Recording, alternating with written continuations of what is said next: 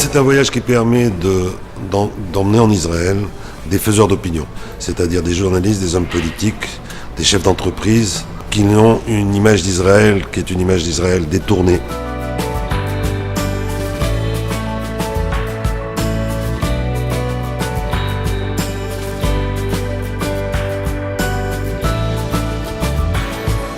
En somme, ce que nous disent nos maîtres, c'est que parfois, pour changer cette vie qui parfois nous semble pesante, eh bien, c'est de prendre le temps, de respirer et de se regarder.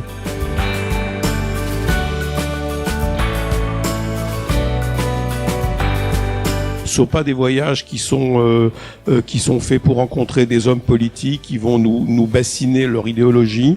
Non, ce sont des voyages qui sont faits pour se rendre compte soi-même de la situation et de ce qu'est Israël aujourd'hui.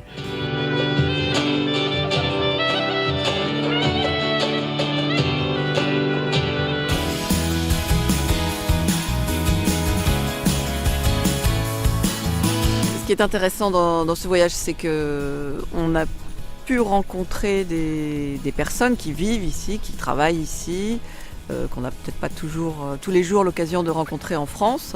Et ce qui est intéressant, c'est de voir qu'il y a plusieurs facettes dans ce pays. C'est vrai peut-être qu'en France, on est très focalisé sur le conflit israélo-palestinien, qu'on parle peut-être moins de la réalité économique du pays.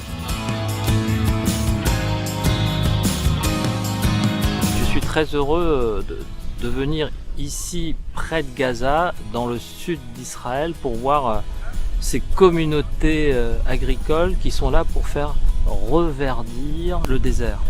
Et c'est très important parce qu'il y a un exemple israélien qu'on pourrait dupliquer dans le monde entier.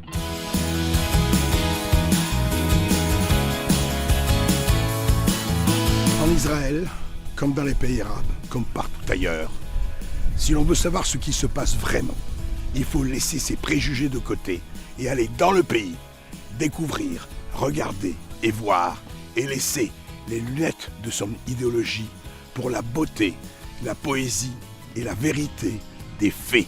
Sinon, on se condamne à ne rien comprendre de ce qui se passe.